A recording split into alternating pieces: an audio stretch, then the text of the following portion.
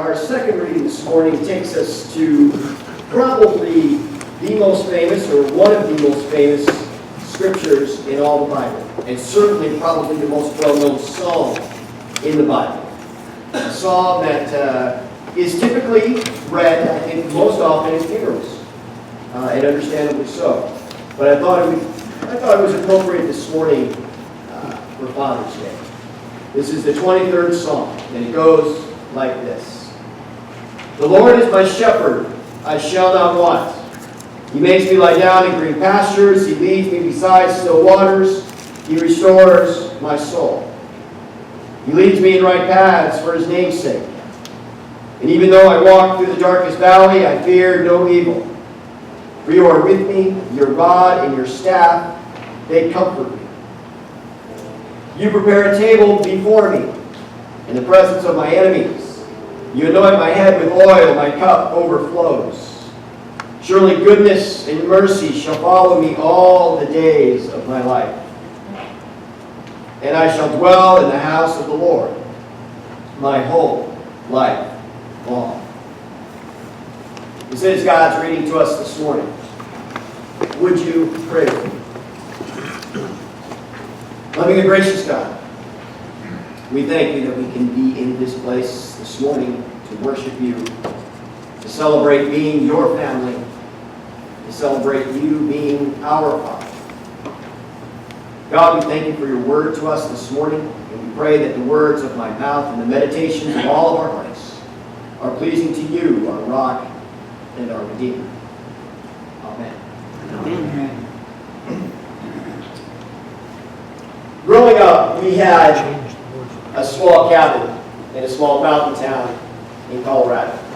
And I remember we would go up there over the weekends a lot of times when I was growing up. It was usually an opportunity to kind of escape all the hubbub and just kind of the chaos of life in the city. And I remember one weekend we went up, and my dad and I decided we were going to go fishing that weekend. And there was a lake up there called Lake Dillon. And Lake Dillon is this beautiful mountain lake. It's got pretty good fishing, so we decided that we were going to give it a shot. Now, we didn't have a boat, we didn't have a raft, we didn't have anything like that. All we had was a canoe. And the canoe was being stored at our cabin. It was my uncle's canoe, who also owned the cabin with us. So we get up there that weekend and get all of our gear packed up, ready to go, and we head to the lake. We got the canoe attached to the top of the car, all the gear inside. We get to the lake, we unload it all, put on our life jackets, get our fishing gear in the canoe, and my dad and I set off. Now my mom and my two sisters were also with us, and I think one of my sisters may have been with us in the middle of the canoe. Well, on this particular day, the weather was a little bit overcast, but it looked like it was not going to be too big a deal. Well, we get out on the lake, and all of a sudden it kind of starts to drizzle, and the wind picks up. And then it starts to rain, and the wind really starts to blow.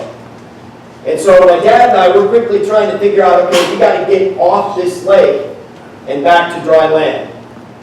Now, I was like 10 or 12 years old, so I wasn't very big and I wasn't very strong. So who was doing the majority of the paddling? My dad. And he was paddling like a fool, trying to get us back to dry land. And the wind, folks, it was literally blowing us all over this lake. And I mean, this was a pretty good sized lake, and I think we saw just about every square inch of it during this time. And I don't know how long we were out there, half an hour, but finally we get back to the shore where my mom and my other sister was. And my dad gets out, and I don't remember exactly what his reaction was, but I just remember we were both exhausted. And for years, we talked about that trip and how we never thought we'd get back to the dry land. And yet we did. And I thought of that story today because that's what fathers are supposed to do, right? They're supposed to give everything that they have to make sure their children are safe and sound. That's why I also thought of the 23rd Psalm this morning. Why? Because while painting the picture of a shepherd in his relationship with his sheep, it's also a great psalm, I think, for dads and the role that dads play in the lives of their children. Because after all, what is it that shepherds actually do? Well, shepherds, they give everything to make sure their flock is safe and sound. And so I want to take just a couple of minutes here and look at how this psalm is actually a metaphor for dads and can be some help and guidance and encouragement to dads. In verses 1 through 3, there's these images of green pastures and still waters and right paths, all of which are metaphors for peace and for rest and assurance. Now, in our lives, folks, who ordinarily provides these types of things? Our parents. And how do they ordinarily provide them? Well, through the proper care and the proper guidance. See, the care and guidance that we show our sons and daughters, it shapes and molds them both in the current and for the future. And that includes their identities, their self-esteem, their future relationships, even their emotional stability and behavior. Dads, you have a huge role to play in all of those things, believe it or not. I remember growing up, I would have all sorts of conversations with my dad. And I don't remember most of those conversations, but I remember having them while we were working in the yard, while we were working on a car, while we were working on the house, or while we were playing golf, or while we were driving to and from basketball practice, or whatever it was. And while I don't remember those conversations, what I remember was the fact that we had those conversations. That's what I remember the most. Because it was through those conversations that my dad assured me, he cared for me, he guided me. He helped me to understand kind of what the right path was. And it was in many ways because of those conversations that I am the husband and the father that I am today. Now, parents, it's our job to make sure that our children are on the right path, isn't it? And it's through our guidance that they come to trust our judgment and to know that they're loved and that they're cared for.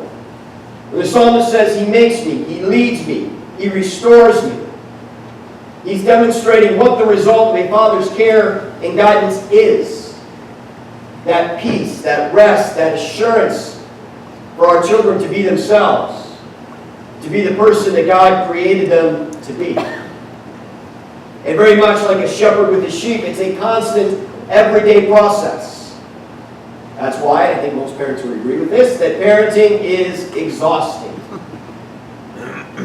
And as we all know, probably too well, life isn't all green pastures and still waters, is it? Sometimes, as the 23rd Psalm says, we find ourselves walking through those dark valleys, the valleys of the shadow of death, we quote the King James Version. And these valleys, they represent the difficult times, the painful times, the dangerous situations where children need the reassurance of their parents that it's going to be okay, that they're going to be okay, that those green pastures and those still waters are still very real and very much waiting for them on the other side of whatever this dark valley is. And the image that the psalmist uses to convey this comfort, if you will, is a rod and a staff. A rod was a short wooden club that the shepherd would use for protection against any kind of enemy, probably animal or human. And the staff was a much longer piece of wood, probably very similar to the one you see behind me, that the shepherd would use to kind of help the sheep who were struggling on a difficult path or struggling to get through whatever darkness or wilderness they had to get through it, to get through that valley. In other words, the rod protected while the staff kept the sheep moving and focusing on getting through that figurative valley. And that's why the psalmist can say, I fear no evil. You can make that a statement, not a question. Because he knows he'll be okay. Dads, and really this is probably a message for parents too. Our kids go through a lot of stuff. You know that. A lot of hard times, a lot of struggles. They're going to experience things like failure, and they're going to take risks that may not pan out. And they need that comforting and calming presence to get through those hard times. You know, maybe, like in the case of Hilda, I remember when she first started to learn how to walk, she kept falling. Very normal behavior. But her mom and I made sure that she always kept getting back up. Or maybe it's a teenager that's struggling with relationships at school. Maybe a boyfriend or girlfriend broke up, and it broke their heart. Parents, our job is to help them keep going. Maybe they're struggling with academics. Maybe they're, even as adult children, parents, does your job ever end as parents? No. So even as an adult, even if your children are adults, there's still things that you have to comfort them and motivate them and guide them to get through. All of this says to our children that I am with you, that I am for you. And we can provide these things, this comforting and calming presence, because the Good Shepherd first provided it for us. And when our children know that we are with them and for them, they also know and trust in our provision and our protection. See, the psalmist here uses imagery like preparing a table, anointing, my cup overflows. These are all images of blessing. Dad, your provision and protection are blessings to your children. They demonstrate to your children that despite the suffering, the enemies, the hurt, the struggles that is around them, that they are still loved and cared for, that they still have that place where they can come and just be,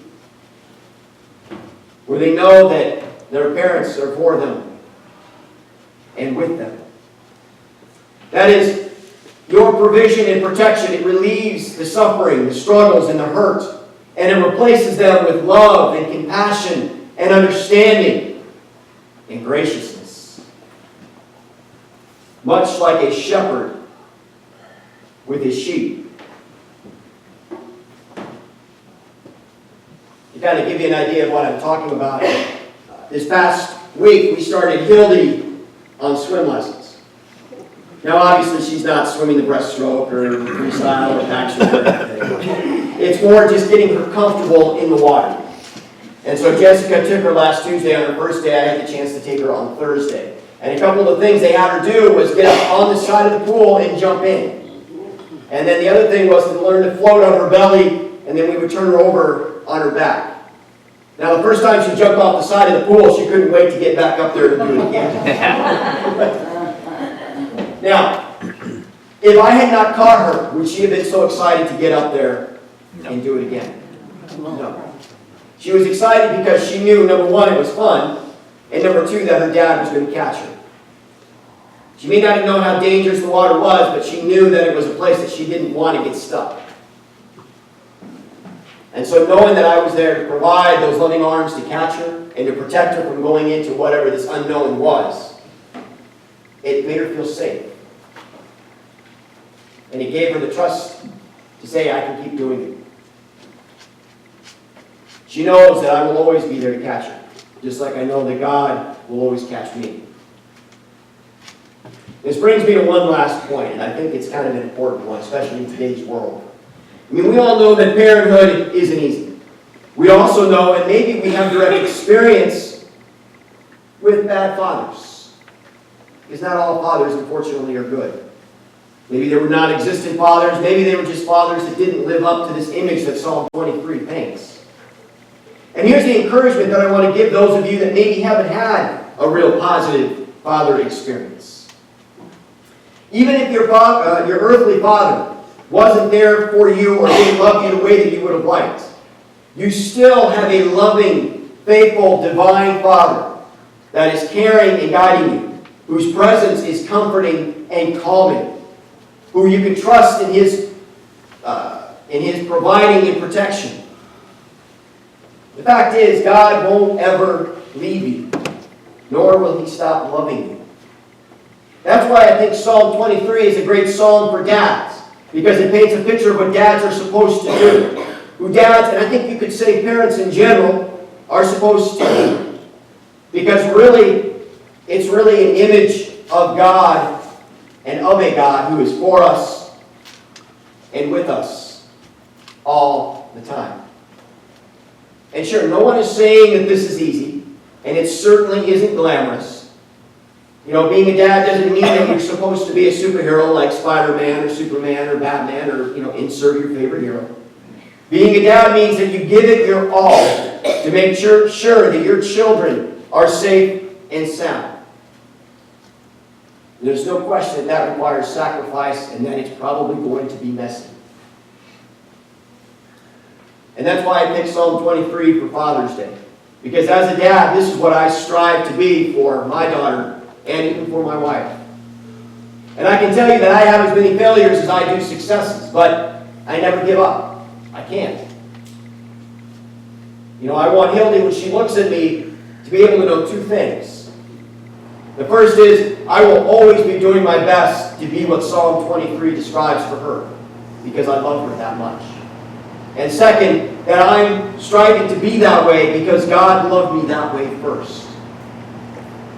See, God has done everything to make sure that we are all safe and sound, including giving His life.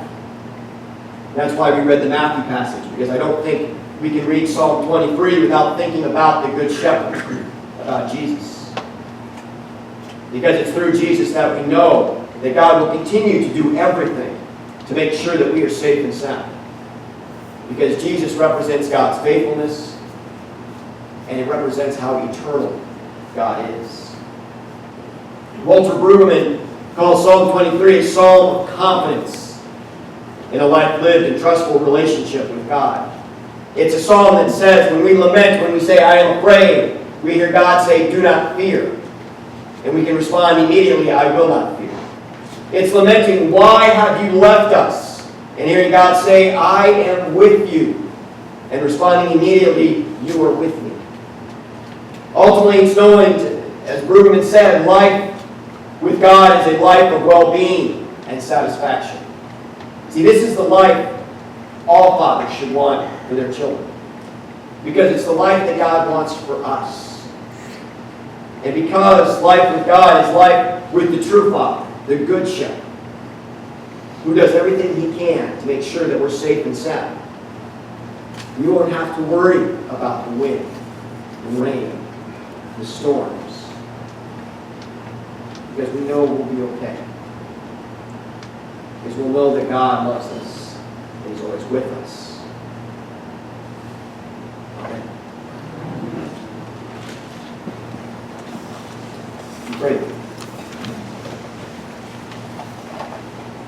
Loving and gracious God, we thank you that you are a loving God, that you are an ever-present God, that through you we learn to be the kind of parents that you have created us to be, that our children need. We thank you that through your Son, Jesus Christ, we know that you will always be that parent to us, and we thank you.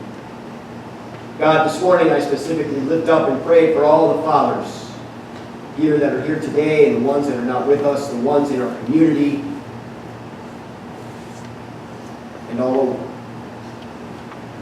That we can learn to be the fathers, a reflection, I should say, of the Father, of you, of the shepherd in Psalm 23. God, give us the strength and courage to do so. God, we thank you and we offer this prayer to you. Amen.